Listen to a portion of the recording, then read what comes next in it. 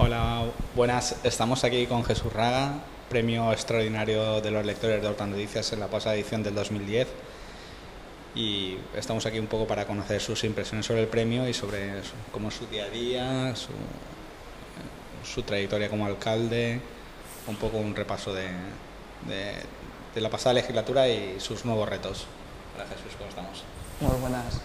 Pues para mí, en primer lugar, es un honor el poder recibir un premio que otorgan en este caso los lectores mediante una votación, que encima tienen que entrar y dar su voto, no es algo que te lo den porque sí.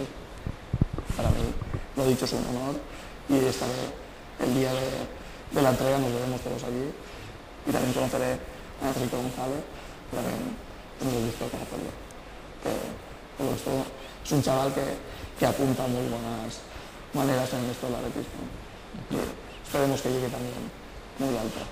El día 7 de julio sobre las 8:30 estaremos allí todos para entrar al premio. Y hablando un poco de este premio, ha sido por tu trayectoria por el 2010, ¿no? La pasada legislatura que estuviste como alcalde de Buen Repòs y Mirambell. Quería que nos comentaras un poco cómo ha sido esa experiencia para ti. Una experiencia única, increíble, porque primero era inesperada totalmente, porque vino a través del fallecimiento de una compañera, luego yo estuve muy malo con una neumonía y se retrasó mi toma de posesión unos meses. Y luego se armó tal revuelo mediático a nivel nacional que fue un poco un shock. Al principio costó asimilarlo porque ya era periodista por aquí, periodista por allá. Llegó un momento que me agobiaron.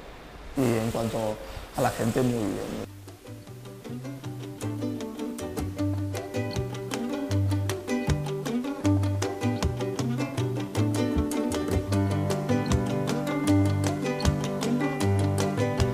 A pesar de que yo he perdido las elecciones, también la achaco parte de culpa al tsunami PP en este caso, pero la gente conmigo se ha portado muy bien y me siento muy querido y valorado.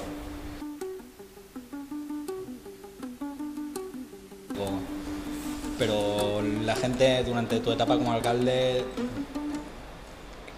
valoraba ese esfuerzo que estabas haciendo o reconocía ese esfuerzo. También yo llevaba 8 años ya de concejal, entonces ya no era algo nuevo, sabían que yo podía gestionarlo perfectamente y así ha sido.